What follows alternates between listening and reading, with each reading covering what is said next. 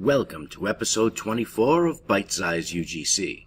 It's been a long time, but I think we picked a good mission to come back with, and it's Shore Leave Under Siege by JohnnySnowball. Your ship is in space dock for routine maintenance, so you and your bridge crew decide that this is an opportunity to take some R&R and head for some outdoor adventures on the planet BetaZ. Starfleet contacts you near the end of your leave, requesting you help intervene in a diplomatic mission occurring on the planet, where the Federation is wooing a potential external state to align with the Federation versus the Klingons. It's your job to persuade them to choose the Federation, but the mission becomes less than routine. Let's begin with story. The writing was cohesive and intelligent, walking the tightrope between managing the mixing of duty and recreation, from handling a potential threat to the Federation to ultimately being faced with multiple ethical dilemmas. JohnnySnowball's characters had well-drawn personalities and were appropriately distributed throughout the plot. This particular mission features a very memorable female character. Kiri is a rascal of a trill, with a personality that comes across as a sassy mix between Mosh, Jadzia, and Luxana Troy. Needless to say, she's a handful with a mind of her own. While not ever sure that you can completely trust her, you need her help if you're going to succeed in landing this possible new ally and completing your mission. Shades of insurrection are visible here, as the power is not one that holds with the ideals of the Federation, but would add to their troubles if they align with the Klingons. The A deals with this, while there is also a B plot involving a young Trill who might be more than she seems. As a female player, I personally felt that much of the dialogue featuring Kiri was awkward for my character. Of course, it comes across as lesbian innuendo, and I'm very much a straight female. Also, I'm not a huge fan of being forced to put up with flirting of any orientation. And although you do have multiple options for your responses, ultimately, spoiler, you'll be waking up in her bed.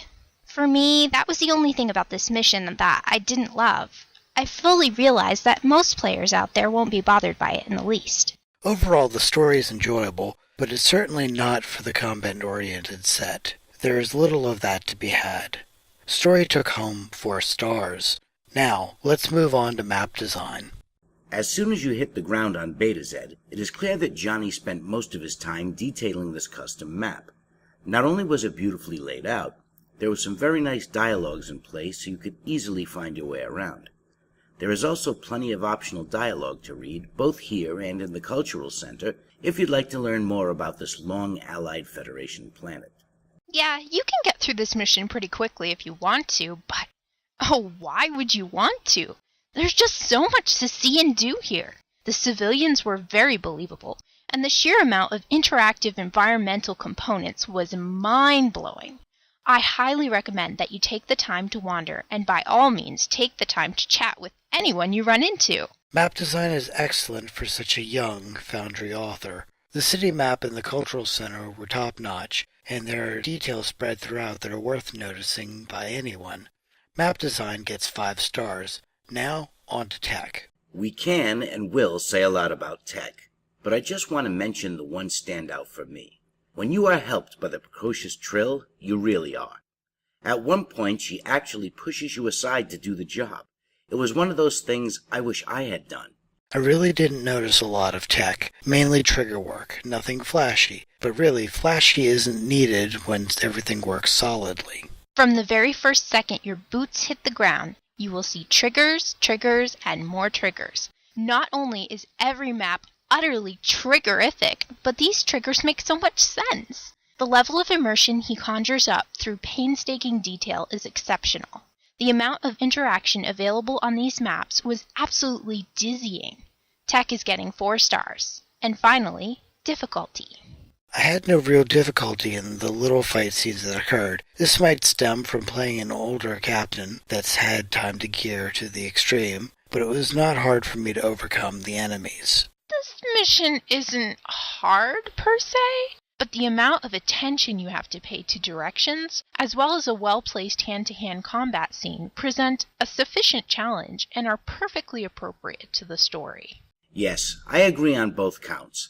While it wasn't a struggle to win the day, ultimately what fighting there was exists to prove a diplomatic point.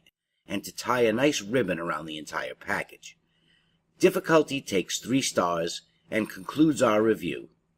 Here's the bite-sized breakdown.